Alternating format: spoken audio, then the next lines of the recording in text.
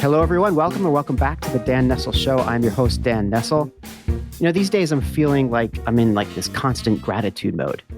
And that's kind of appropriate with Thanksgiving behind us and Christmas and New Year's just ahead at the time of this recording anyway. Well, this week I'm particularly grateful because my guest is one of those like, were it not for people, like, were it not for her, I don't know if my professional life would be where it is. I don't know if, well, I do know that I'd have a much different network and I wouldn't have met like as many of the fascinating people as I've met. And I certainly wouldn't have so many of the guests that I've already had on the show because I can trace my connections to a lot of those people directly back to my guest tonight. She is a giver, she's a connector, she's a key node in my, probably many other people's personal and professional networks. She's helped me understand the real value or the value of real authentic connections. She's brought me into the connective. You've heard me talk about that a lot on the show, and I've had several guests from the connective. She's also been a mentor and a counselor through the years. And, full disclosure, I've been her client as well, right? This path goes both ways. Well, I've been after her to be on the show since I started this crazy adventure almost a year and a half ago. And at long last, she agreed. So it gives me great pleasure to welcome the CEO of Digital Brand Expressions and my good friend, Niki Fielding, to the show. Niki, it is so good to see you. It's so good to see you too, Dan. And thank you for what that was such a warm introduction. I love it. All true, every word. I mean, every word is true. This is what I love about having people on the show who, I mean, I said I've been after you since the beginning, and that is 100% true. I mean, you can testify to the fact that as soon as I started, I'm like, how would you like to be on the show? It makes it sound like I'm playing hard to get. It wasn't that. I just honestly, and I guess maybe one of the things we'll talk about is I feel, I don't know what I have to say that would be new and interesting. And right out of the blocks, I've loved your show. I'm in awe of the conversations you have with people. And I kept thinking, I don't want to be the downward blip on that trend. Not a chance that could happen. I mean, the reason that I have good conversations with people is I have good people to have conversations with. That's really what it's all about. This kind of just a way to explore my relationships with people and the kind of fundamental curiosity I have in what people do. And lately I've been thinking about this show. Like we're up to 70 something episodes by now, and what it is because it is the Dan Nessel Show. But people have asked, is it a marketing show?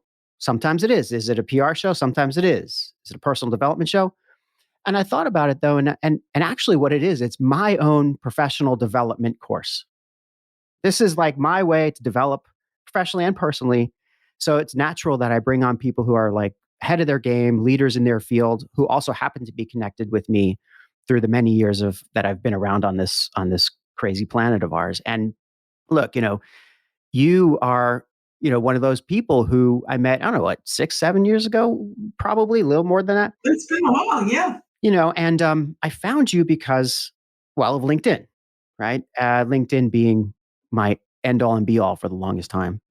And I was looking for at the time a way out of that job that I was in at the time, or at least kind of try to explore my options. And you being the CEO of a firm here in central New Jersey where I live, thought it'd be a great place to start to talk to you.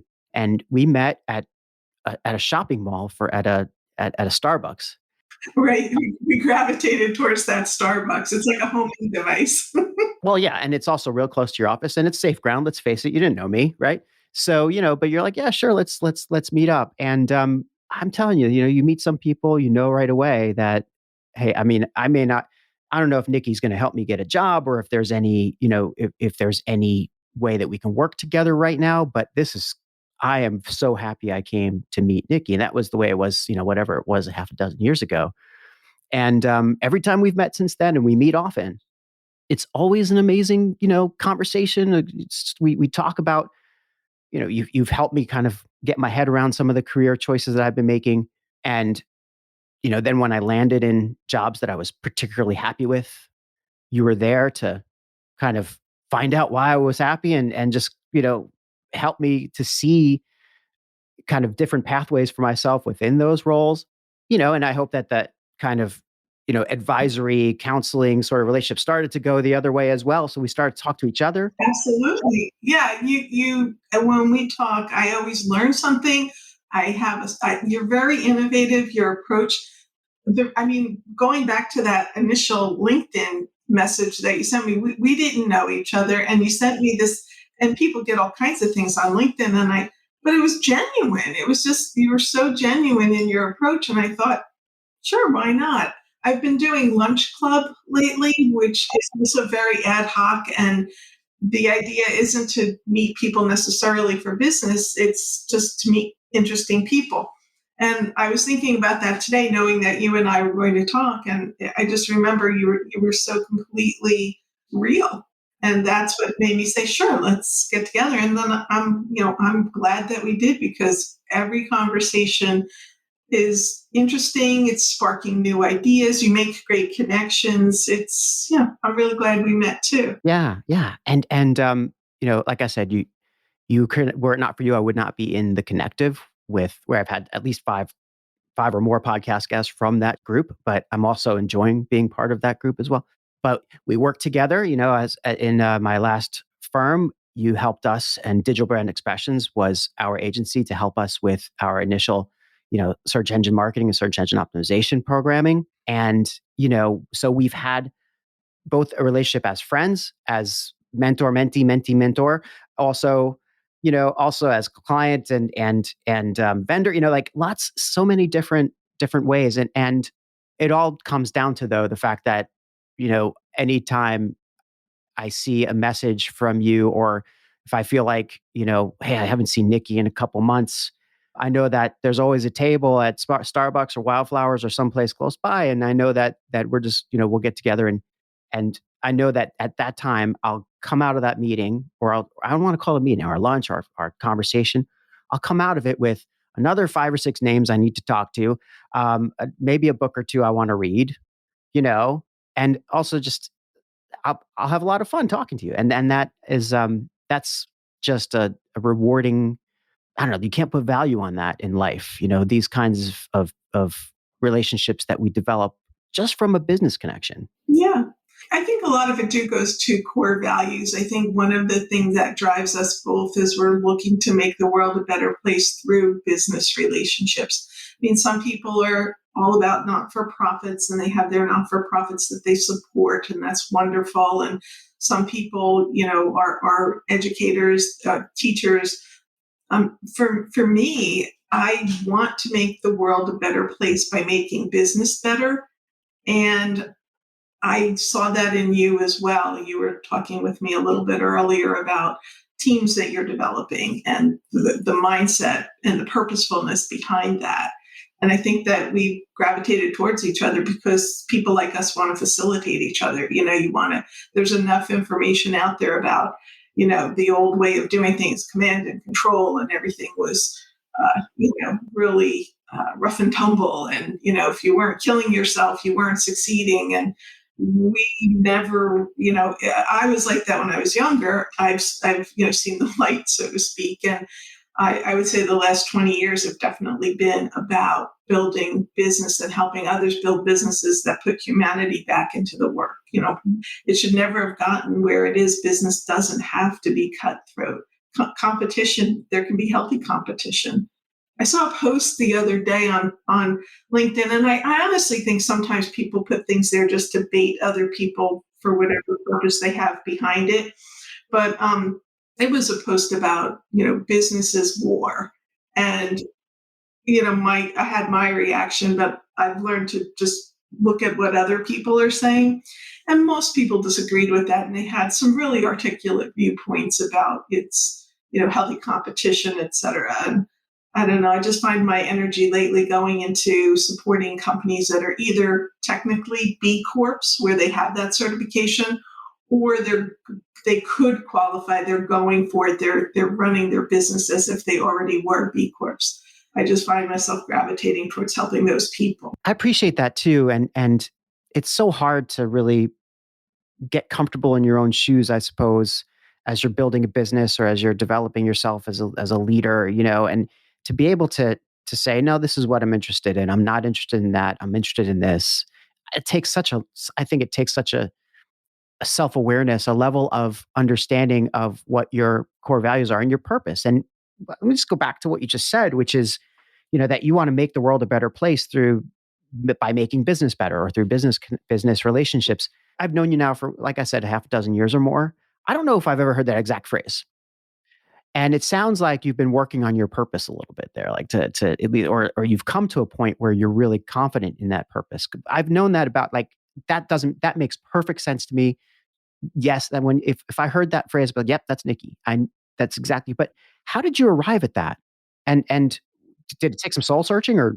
Oh yeah. So today is December 7th. Okay. So 3 years ago today to this date, I was sitting in a small conference room in New York City with a man who was the head of an OTT company who was talking with me about buying my company as a plug and play marketing department for his company. And the reason I was having that conversation is I had spent the previous 3 months very, very, very upset with where my life and my business was.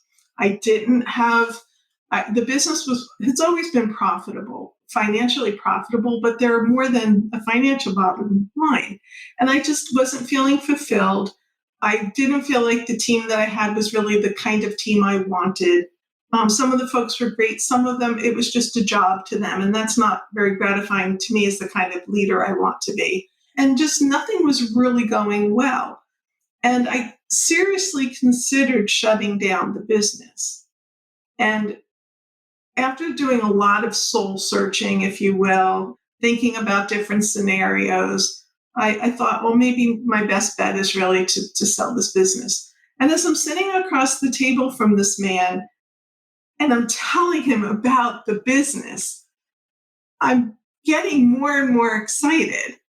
And he wasn't prepared for the meeting. I didn't feel like he really came. He hadn't done any homework.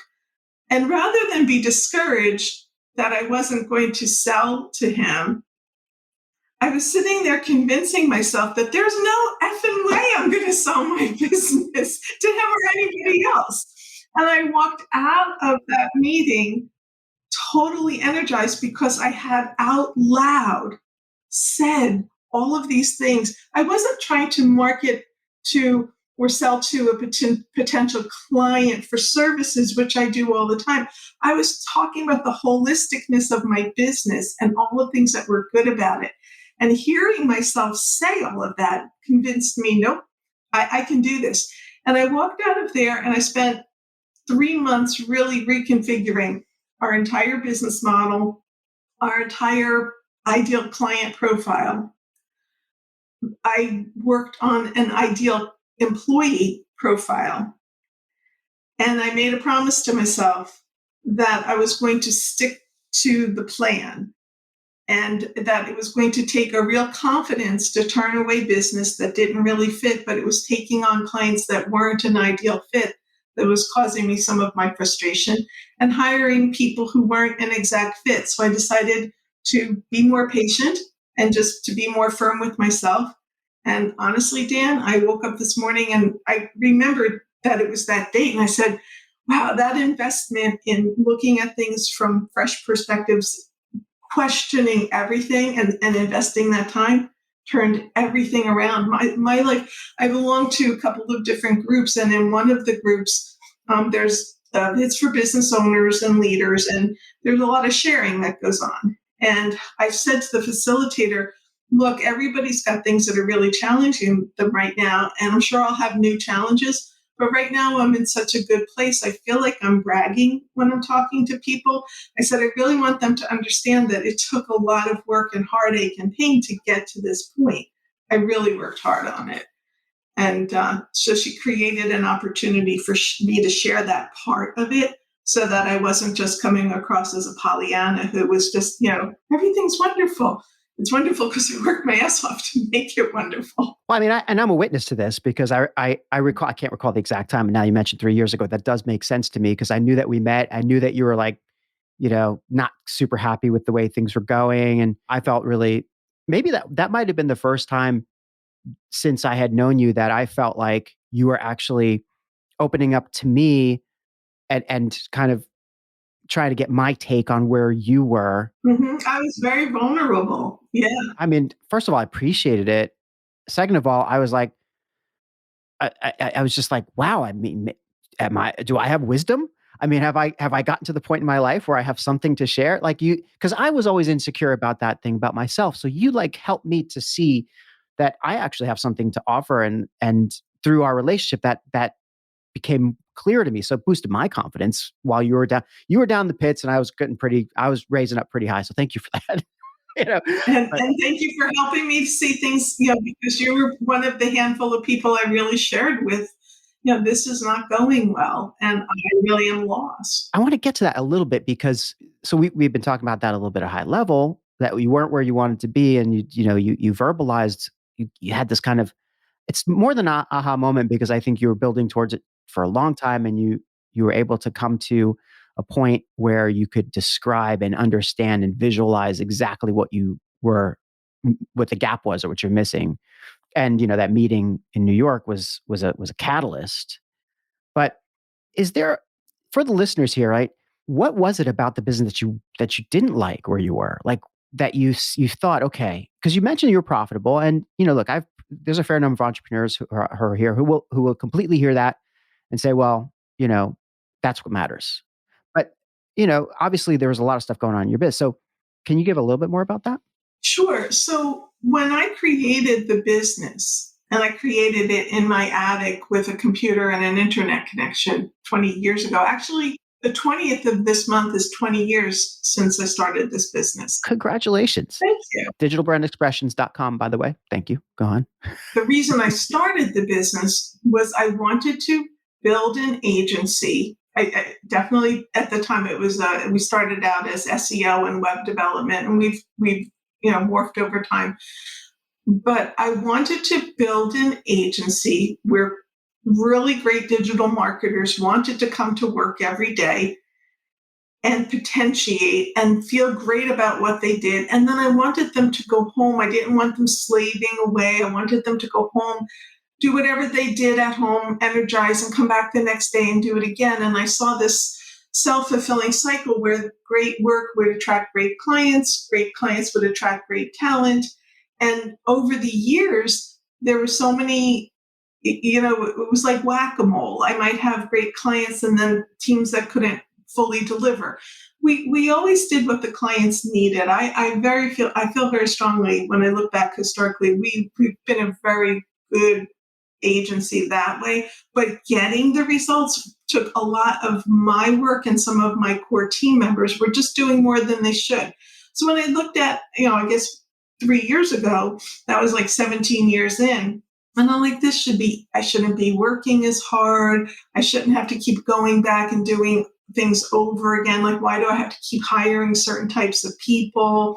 Why are some clients not happy, and why are we not on the same page with them? The results were there, but if the client's not happy, then the results aren't there. We had one client say to me, I thought there would be more. I said, we've tripled the return on ad spend. Like, what more?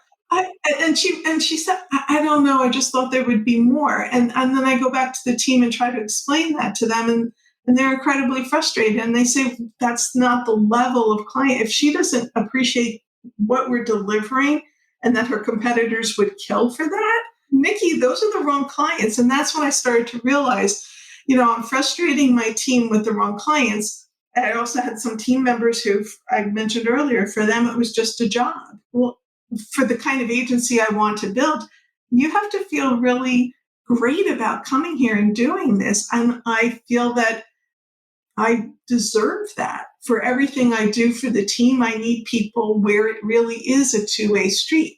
Fast forward to now, I have the best team I've ever had. It's part of what makes me so happy. They're all really good at what they do.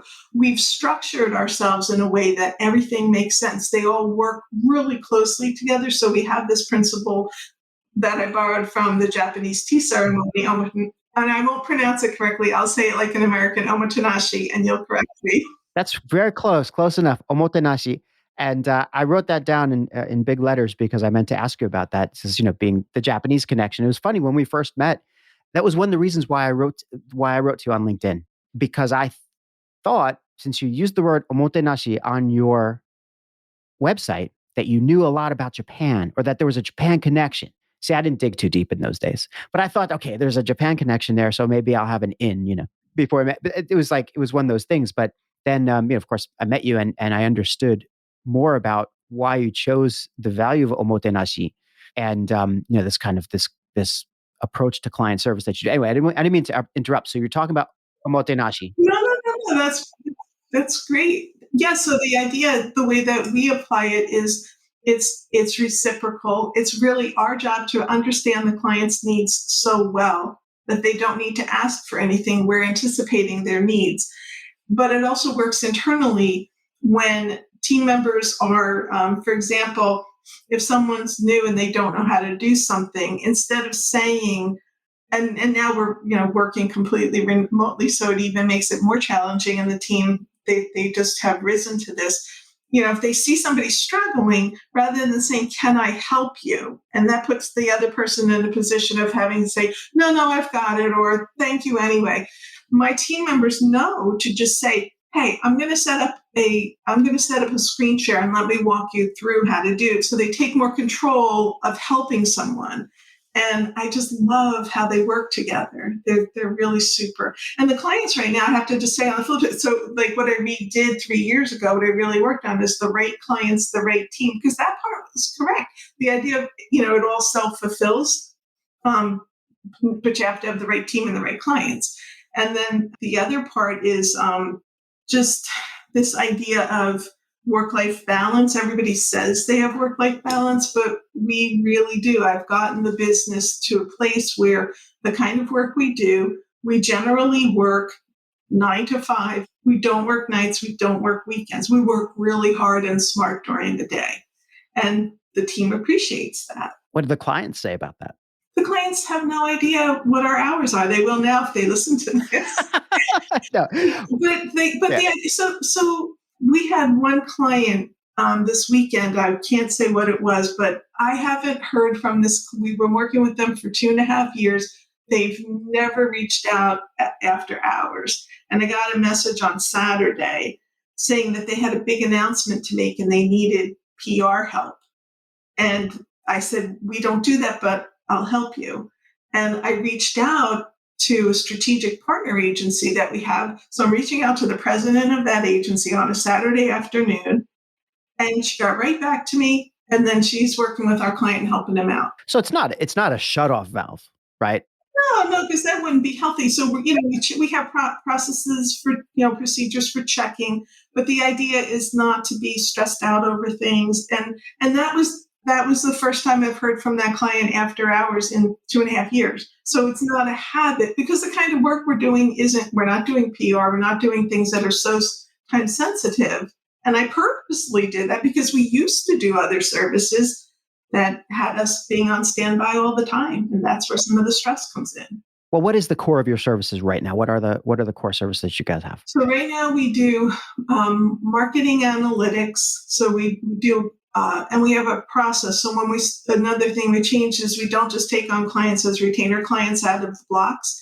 We work together on several projects. So this first project is discovery. Second project is audits, recommendations. Then we'll reconfigure based on our recommendations. So reconfigure their ad programs, redo their search engine optimization.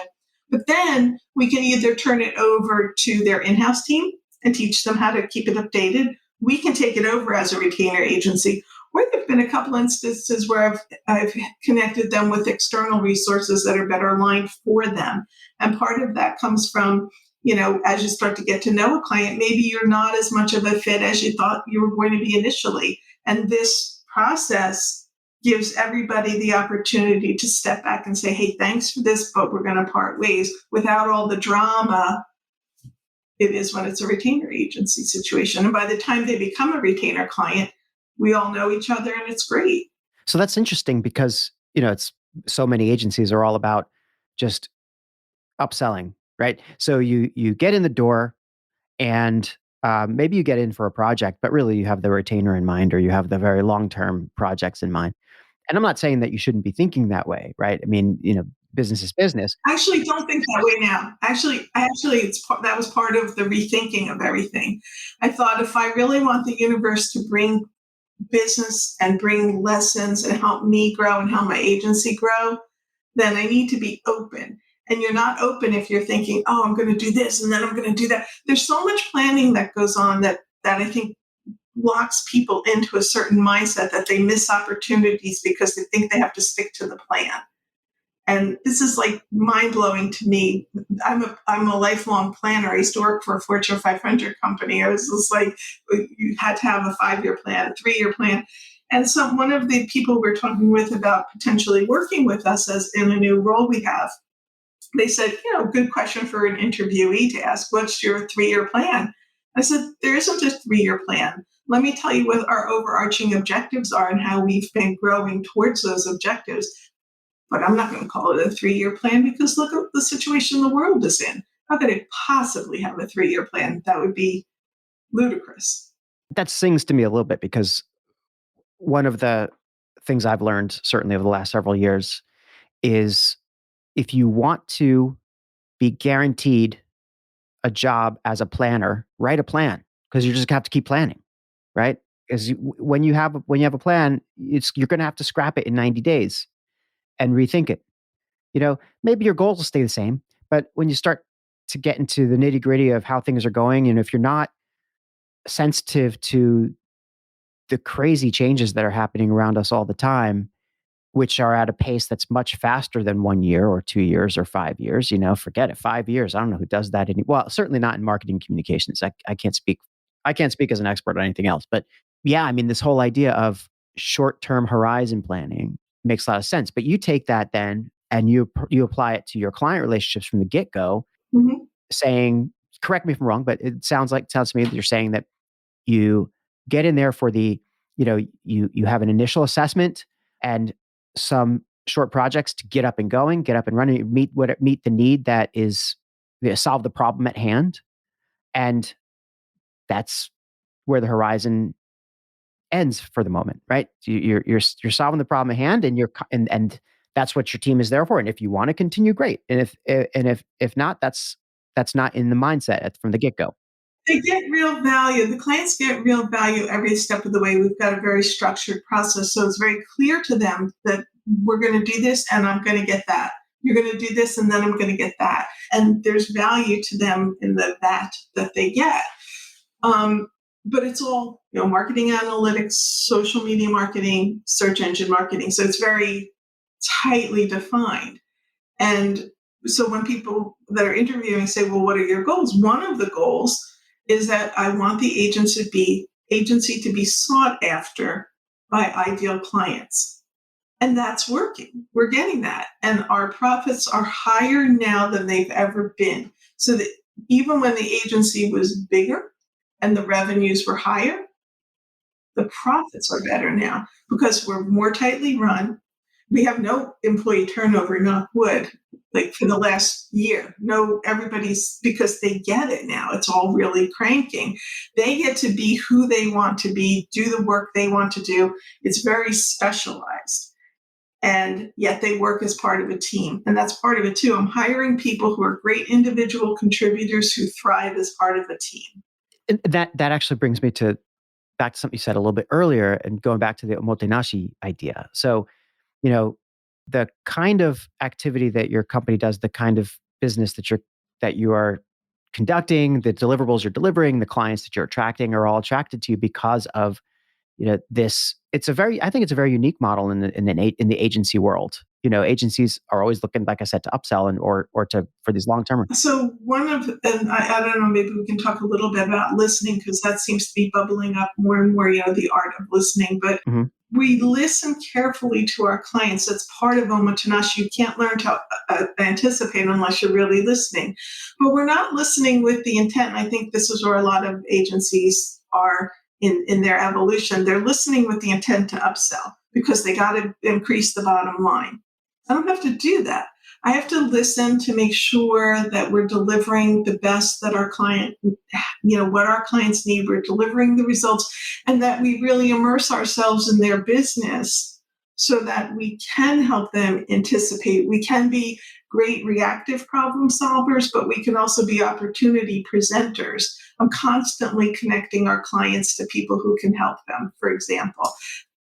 And I don't need to see revenue flowing directly from that because I take a more holistic approach. Good things will happen because I'm making good things happen. Well, I mean, that's all part of even what I said in the upfront, where you are a connector. I mean, and the fact that you've translated that into your business and into your client relationships is one of the reasons you had a business for 20 years, but it's also one of your strengths, clearly. And maybe we'll go into that in a little bit. I just wanted to get back to omotenashi for just one more thing because Sure, sure. I love it. We can keep going back to it. Yeah. yeah, no, it's to the staffing side because you know now is the craziest time to hire people. I'm fortunate enough to have hired some people and to be interviewing people. The market is nuts. We're in, for anybody listening in the far enough in the future that this may be a memory. I don't know, but we're in the middle of or sort of towards the end. I don't know of this great resignation period. But I don't think it's the great resignation anymore. Now it's kind of the great reimagination or the great reinvention. There's going to be a great something. And the point is that it's a very fluid workforce and it's almost like, I've seen surveys recently where, 20%, 30% of people are saying that they're looking to change jobs in the next 6 months. And people say, oh yeah, 70, 80% are happy where they are. But 20% of people looking to change, that's nuts.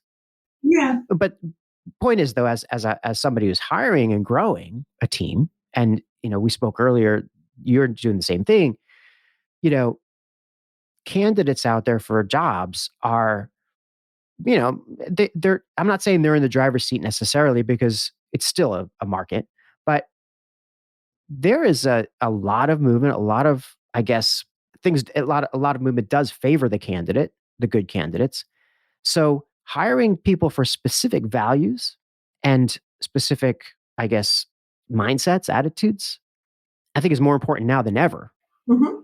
And for you, that's where I was going with this is the omotenashi. How do you hire for that? So out of all the stuff I just said, you can address any part of it and go run. But I do want to get to that whole point of how do you hire for omotenashi? What is it that you do? Well, one of the things that we do when we're recruiting is rather than having a screener talk to the potential, we're using a recruiter right now, but rather than having a more junior person or the team interview the people and then have me talk to them if they like them, we do the reverse. Because I feel like I'm the best judge of if someone has the characteristics that I'm looking for, that person is going to be able to plug into our team. So I interview first, and I'm interviewing for culture and fit and energy. I want somebody with a positive attitude, but somebody who I interviewed somebody not too long ago who really was a great candidate because they had this energy and the way they talked about the business and the clients, they were very positive, and that really resonated with me. And then they talked to the team leads about skills, and then we test them. So there's a test for every role in our business, and we've done a pretty good job of bringing on the right people by having a very structured process. But it starts with a qualitative kind of conversation. Yeah. I mean, that makes sense to me being, you know, I think well, skills are far more learnable than values. Values are embedded in some ways. I mean, they change and evolve over time, but as well as I do, you hire somebody with the wrong values or with values that differ from yours or your company's, then that's not going to it's not going to work. We hired somebody right out of school last year, which we almost never do because the work we do is so specialized, so complex. People need to have some agency experience. This person just had a way. She reached out. And said, "Hey, I just want to get on your radar. I see you don't have any positions open for somebody with my skills." But she had in college internships, four internships, and they were all with agencies. Hmm. And I said, that's what I said. So I talked with her, and her energy was amazing. And she was very open about what she knew and what she didn't know. And I started to think, she might be able to help the account management team. And we wound up hiring her for that. And she was new to the whole thing. So even though she had interned at agencies, she didn't really have some of the experiences that we need. But she just finished her first year with us. And there were just these times during the year that I could almost see her making these quantum leaps. But it was all because she has the attitude of, I want to learn this. And she invests in herself. And I see her doing that. And it's frankly very energizing for me. So it's kind of one of those, fulfilling circles again. She's doing it, so I'm investing in her more because I see that she really appreciates that and uses it. And then she in turn makes the agency better. So it's actually pretty cool. So she's had the values that you were looking for from the get go, even if they weren't necessarily, articulated. You just knew that from working with her. I like when people are quietly confident. I gravitate towards that. I don't gravitate towards people who are very showy, who brag a lot about what they're doing. And sometimes we have to self-promote, but I don't tend to gravitate towards those people because I've learned over time that a lot of that is just show and they're not genuine. And every single person in my agency right now is kick ass at what they do. And they're so good at it, they don't need to keep telling you about it because you can see it, right? It's very visible. Yeah. And again, they work really well together. So that just creates a nice hum. I was thinking about that whole idea of, if you can do it, you don't have to be showy. You don't have to be, I don't know, you don't have to be promotional very much. Obviously, you have your own business. You want to sell yourself. There's personal branding. There's a lot of things that you can do. But, the whole idea of being respected in a field or even as a brand, staking a position and owning a position is not because you have the best commercial, right? It's not because you are able to throw a lot of dollars behind, certain, maybe this was true in, the 70s where you have three channels and it's all about recognition and who can speak the loudest. But now, when you're in such competition for mind share, you have to have authenticity and credibility, and showiness kind of countermands that a little bit. It's plays against that. I think there's certainly exceptions to that. There's a lot of showy people who are really good at what they do, Yeah, but yeah. And some people gravitate. I know when I was younger, when somebody was very charismatic, I was drawn into that. I kind of, if I'm trying to avoid saying I fell for it, but I'll say it, I fell for it.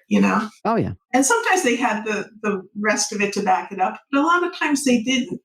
And now I think I'm more seasoned and I see through a lot of that. And, I'm looking for the genuine, I love the Velveteen Rabbit, the whole idea of being real. To me, I think that's what's really important. And, it's important I guess it also goes to honesty. When you're real, you're being honest. When you're honest, people can trust you. When people trust each other, they're more open and able to work together towards a common goal. you'd think that everybody would understand this fundamentally, right? But I think we're inundated, and maybe more so now than ever before, because so many people can just the barrier to entry into our profession, especially, but the barrier to entry into claiming to be a professional is so low, and you have a loads of people graduating from universities without a particular professional direction to go, and hundreds and hundreds of ways in which they can produce content and claim to be, a pro or an expert in something. So they're faking it. Right? So many people out there are faking it. And I just connected with this amazing woman the other day, Sabrina Horn. She wrote a book called "Make It, Don't Fake It." Yeah, I've heard about this. Yeah, Make it, don't fake it. yeah. And yeah, Sabrina was introduced to me by Deirdre Breckenridge, who was also on my show, and Anyway, I mean, I will speak with Sabrina in the near future for the show, and I don't want to spoil much of anything. And in fact, I can't spoil much of anything because I haven't read the book yet, but I'm just starting on it. After a conversation with Sabrina, I mean, this whole idea of people are kind of, taught to fake it until they make it. And how many times you've heard? I've heard that so many times during my career. I just have a hard time with that. I always did. And I also have a hard time with this whole the opposite, people feeling like they're imposters and they feel like they have imposter syndrome.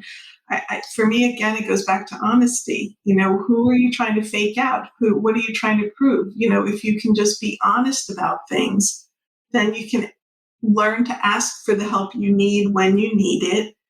And, you don't have to fake anything. You just have to, try hard, ask intelligent questions, learn from that, and move on. And if you're with the right people, that should work. I mean, I keep thinking lately about, giving advice and listening to people. And, a lot of times you kind of just presuppose that they're in the right environment for taking that advice. You need to be in the right place with the right people too. A lot of this progressive business, doing business with more humanity, it presupposes that you're in the right place. And I think part of what you need to work really hard for is to get yourself in the right environment where you're going to be appreciated. I'll tell a real quick story why I'm thinking about this. When I was at a not going to name Fortune 500 company, and I was really into management, like learning how to be a great manager. I put a lot of energy into it. And I had a direct report who I was constantly promoting. She was doing great and talking her up. And one of the other executives he and I just never got along. He was then taking what I was doing and promoting her, and he was flipping it around and making it seem that I wasn't doing any of it. Oh, Now, anybody around us knew that the reason she was successful, she was great, don't get me wrong, but a lot of it was what I was doing with her and for her. But he was acting as if I had no role in it. And so that was very frustrating, not getting credit. And so I've been thinking about that a lot lately because I'm mentoring different people at Rider University. I'm a mentor for the Women's Leadership Program. okay. And so, this idea of, here that we always tell people, and you read these, management books and it's like, oh, here's what you need to do. But I think we all need to give pause and remember that everybody's not in a great environment for doing all of these cool things. You need to be in the right environment before you can really potentiate with the right things. I feel like I'm babbling, but Not at all. no, okay, good, because we're talking late. I want the world to know that I'm talking late at night and I'm still able to string thoughts together. No, it's because this whole idea of I don't know, I just got into this idea of, you say, being in the right environment and being in the right place in your life, like being in the right time. There's so many things that have to fall into place for people. It seems like there's so many things that have to fall in place for people to be receptive to the idea that, of honesty and of trust and of authenticity. That's a great example. Yeah. Ad agencies traditionally, there was a lot of lying going on. No. It was just the kind of business it was, as an honest person, I was very uncomfortable sometimes, and you learn I told one person sometimes, you're managing the truth, and I didn't want my agency to be that. And, so when I started this, it was all about, I'm going to be honest, I'm going to be transparent, with the employees, with the clients. But, I'm making my own point. When I didn't have the right employees, I had people dragging the agency down. When I didn't have the right clients, it didn't matter what we were doing for them or with them or what our omotenashi spirit was, it wasn't appreciated. Hmm. But when I was able to take a step back and take more control over it, I was able to bring it together. So the idea that I had was correct, but the resources and assets that I was trying to build the house with were wrong. Hmm. Right. But it goes the same when somebody's employed somewhere and they want to bring these new principles into management. Oh, so I joined Chief recently, and Adam Grant was the speaker yesterday. He was phenomenal. And he was talking about a woman who was saying to him that she gives her employees permission to call in sick and to call in sad. Interesting. Yes, and see, and I can see, we can see each other, and I saw your face. I mean, that's wow, right? Yeah. But that woman and her employees need to be in an environment where that's at least tolerated, if not fully embraced, right? I think the word safety is bandied about a lot these days, and it's probably overplayed. But in this sense, what you're talking about now, that the leadership, the culture of the company really has to make people feel safe so that they can say, you know what, I'm sad today, I'm not coming into work. And you have to have such a relationship of trust with your leader or your manager, or my kind of feeling about as a manager and as a manager who's constantly learning and constantly fucking up and constantly changing things. And, it's a journey for me. Yeah. And as I said earlier, this podcast is part of my whole professional development thing. And every time I'm on, I hear something interesting and new. But like that like my eyes go, wow. And that's one of those things. I'm going to wrote that down. But if you don't create a environment of safety and your teammates, your colleagues, your employees, they're not going to be honest with you. They're going to keep things in. Mhm. But sometimes a no questions asked policy is the right thing too, right? Sometimes it's just like, this is it. If you're doing your job and you're engaged and you show, and I can see that you're just, you're in it and your values are there with the company. And, I'm essentially like either feeling like I'm super fortunate to have you on my team or I owe our success to you. Like I want to owe my success to my team. Like that's what I feel like. I feel like, and I do for sure. But I want to just give them the benefit of the doubt, right? Just yeah, man, you own your day, you own your job, and that's kind of what we do now. What our leader at Lixel, Trey Northrup has said this many times, and he's even said it in public. So I'm allowed to say it too. Is that you own your day at Lixel, and that means something different to each person. Now, just getting back to like I'm going to take a sick day or a sad day, I would just be like, if I trust the my teammate, or if I know that relationship of trust is there, I never have to know. I mean, it's not my business anyway, right? But I think it gives the person their own permission to permit themselves Yeah. to just say, you know what, I'm not going to come in today because I'm not feeling it.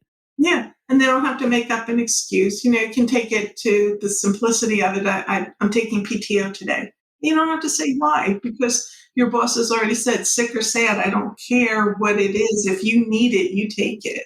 Yeah, exactly. I always find that everybody's different, and everybody has their own approach to taking their time or to using time in a certain way. Hmm.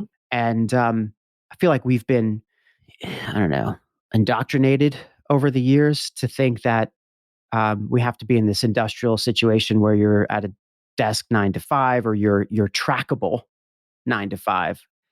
I mean, to some degree, if you're on the hook for some client work or, it depends on your job, it's important for people to know how to get to you. But if you're an independent, autonomous worker and you just have certain, you have to meet deadlines, you have to just kind of get stuff done and just show up at the right times to the meetings.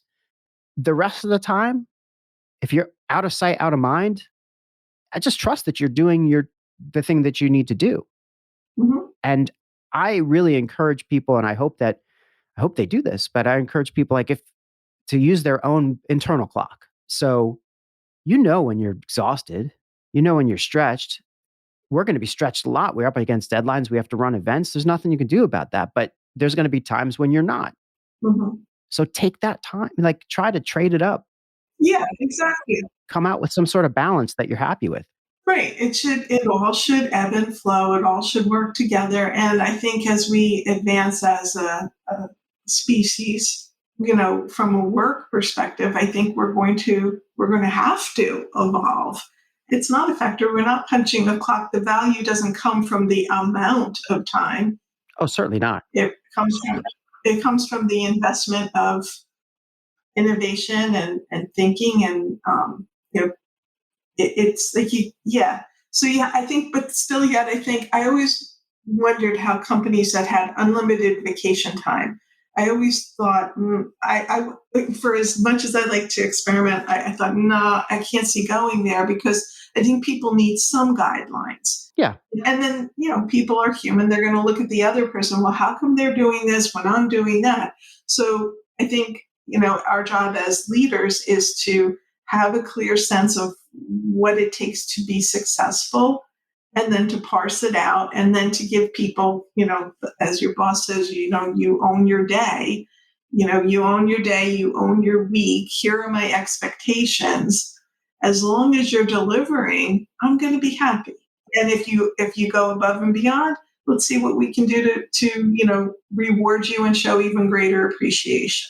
Yeah, sure. And then there's like, there is the whole idea of reward, and part of the reward would be vacation time or time off. So as you progress in your career, that's something that you want to be able to use as an incentive or look forward to.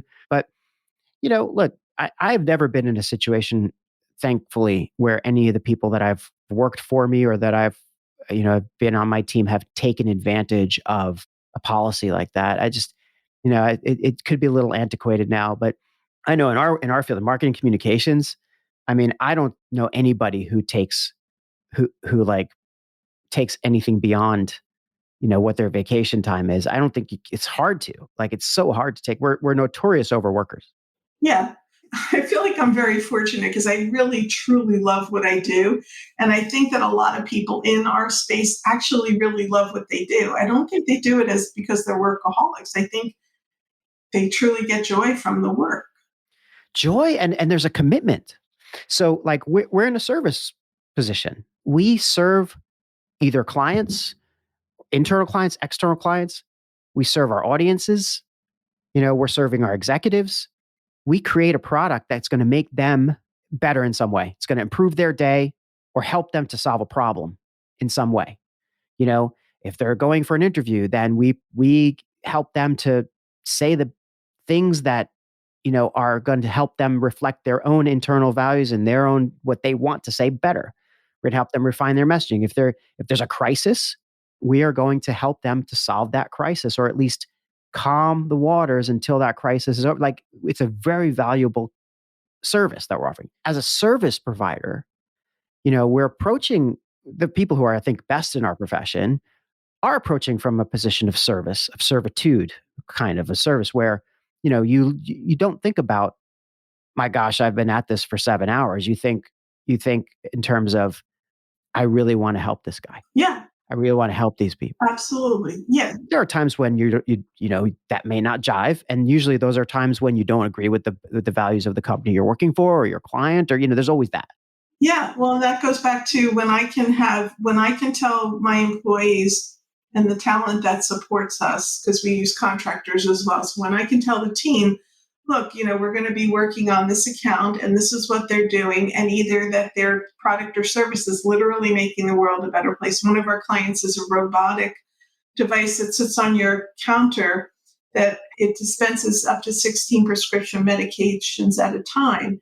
It was originally developed for Alzheimer's patients. It sends an alert via an app to the patient to remind them that they missed something, but also to their caregivers. So if mom or dad misses a dose, you can be on top of it, right? Well, that's an easy client to get people excited about. Sure. Because they can see that the work they're doing directly contributes to this. And then also, if a client doesn't have a product or a service that has that one-to-one connection, I look for clients that have like real social responsibility programs that their employees are committed to. And then, that makes us feel good about supporting them too. Yeah. But I think business is evolving past just the financial bottom line, Clearly. because this way you referenced the great resignation earlier. A lot of it is people just feel like, I don't want to help make somebody rich, as if that's a goal I should make my life about. I don't mind making somebody else rich if I'm achieving other goals for myself. Yeah. And I think that's where it's all rapidly evolving. And the pandemic has helped a lot of people see things differently. Yeah. I mean, I do think, certainly in the circles I'm running in these days, people just want to do good. They want to do good, or they want to feel that they're contributing to good. And I'm fortunate to work for a company that has a great purpose to make better homes a reality for everyone everywhere. That's burned into my brain. But it's really like improving the lives of hundreds of millions of people through sanitation and hygiene and like just like really important things Yes. that I had no idea when I took the job, by the way, that this was the scope of the extent to which our leadership and our employees feel so passionate about what they do. And Mhm. that's infectious internally. And, my team this is the greatest team I've ever worked with. And they are so dedicated and so passionate. And, they sometimes I know that I have some, my vision of what marketing and communications, or not marketing really, just really purely communication, my vision of what it is or what it should be doesn't always jive with everybody, but it's cool because we have conversations and we work it out. And, sometimes I'm wrong and I admit when I'm wrong, but it's, And that's what you said. Like years ago, the boss would never admit they were wrong. oh yeah, it's true. And now it's just so much better because we can say, I was wrong. Okay. Thank you for showing me that. I agree with you now. And it's not a sign of weakness. It's actually a sign of strength because you're taking in the information and you're willing to make change based on what you're learning. It's back to this fake it till you make it thing. Like, I think certainly earlier in my career, I was guilty of this a lot, but you have an idea, you stand by your idea because you're afraid that you're going to be exposed as a fraud if you're wrong or if somebody else gets the credit or something. It's bad mind space to be in. And that happens too much, and then it's no wonder you develop imposter syndrome because you've been faking it. You don't really have a sense of that you're doing things properly. Mhm. So then you get real accountability, and then it's like, you can never accept the fact that you're not faking it anymore. It becomes so ingrained that maybe that leads to kind of imposter syndrome. I don't know. I hope I feel like I still feel imposter syndrome every now and then. I mean, I'm Really? See? Yeah. very mindful of it though. For all my insecurities, I never had imposter syndrome. I think because I've always felt very real about what I've been doing. It's kind of surprising I didn't have it. But no, seriously, I'm 100% serious on this. I think that's why I have such a hard time with the phrase, is because I guess I want everybody to just be real. It's like, it's okay if you don't know. It's okay if you need to learn something. It's okay if you make mistakes. You've got to be in the right environment where that is okay. Yeah, and I do think the idea of learning, and of approaching things with the learning mindset is the solve. If you know that, hey man, failure is just a way to learn something new, and it's cool to do that, then imposter syndrome, those things just sort of go away. You don't have to worry about being seen as a fake or an imposter because frankly, you're intentful in learning and moving forward in whatever you're doing, and you have the skills that you have, and I don't think you would ever doubt it if you have that mindset to begin with. But it just makes me think about the value of having these great conversations and learning from people, and that's what I've been doing now for the last hour with you, and it's amazing to me how fast the time flies. First of all, but Yeah, I can't believe I'm looking at the clock and I'm like, how did we get how do here? we get here? But we are here. So before we wrap it up, though, Nick, I just wanted to ask you.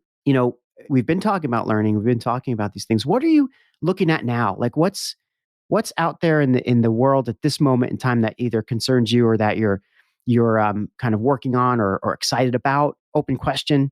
Just what's the future hold right now for you and DBE? Well, for DDE, I feel like we're really solid. We're going to keep growing on this objective of increasing our sought afterness, people wanting to work with us, people in the know. That part's working. For me personally, I have always wanted to write, and I've always found reasons to not write. So I have challenged myself and I'm working on a novel. I also recently completed a short story, Oh, which sounds like, oh yeah, a short story that, but I did it. I finished it. I started it. I finished it. And so my goal for 2022 is to to finish the novel in the first part of the year and to work to get it published, but also to create an anthology of the short stories. And I'm going to do it because I'm realizing that, life is short and I need to, if I really want to do these things, I need to just do them. I just need to do them. Need to or want to? Need to or want to.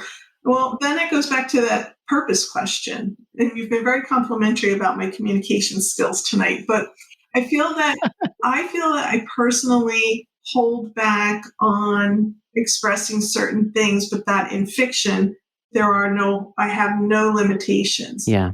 I want to publish these works mostly because I feel like I need to and want to do this. Mm-hmm. Okay, that makes sense. For me personally, right? For me, like, I don't care if anybody ever buys them. I just know that I did it. You and I share that. I mean, I don't know if I have been talking about the book, and I've certainly talked about it in a couple of podcast episodes. And I'm like, I have a manuscript of 20 something thousand words. It's not a novel, but I wrote it at the beginning of the pandemic, and then I fell out of the whole practice. Just things got in the way, time gets in the way, and I just lost my passion for it. And I realized that I'm not trying to go easy on myself, because believe me, I beat myself up over it a lot, but it's more about like, I just didn't want it bad enough at the time. Your desires change. Desires change. But then I have the manuscript and I have every intention to finish, and I want to finish, and I will. I simply don't know when yet, Right. And that's okay. You don't need to know when, you just know that you will.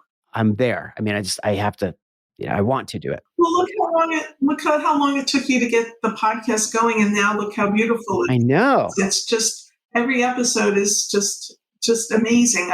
I save you for my walks, so when I go on a walk, I do the Dan Nessel Show. Thank you so much. Well, Niki, it has been an honor and a pleasure to have you on. I knew it would be great to have you on. I've known this for the longest time. I'm going to have you on again at some point, maybe a year or so from now. We'll just keep it going. And I know I'll probably see you for lunch in a couple months anyway.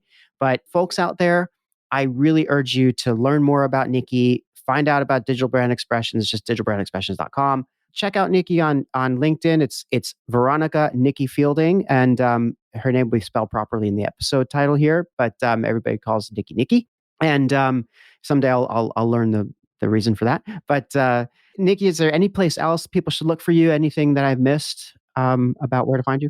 I think LinkedIn and our website. Those are great starting points. And, I look forward to carrying on this conversation with any of your listeners. This has been fantastic. Thanks, Dan. Thank you so much, Niki. It's been fantastic. Thank you so much. Good night. Thank you.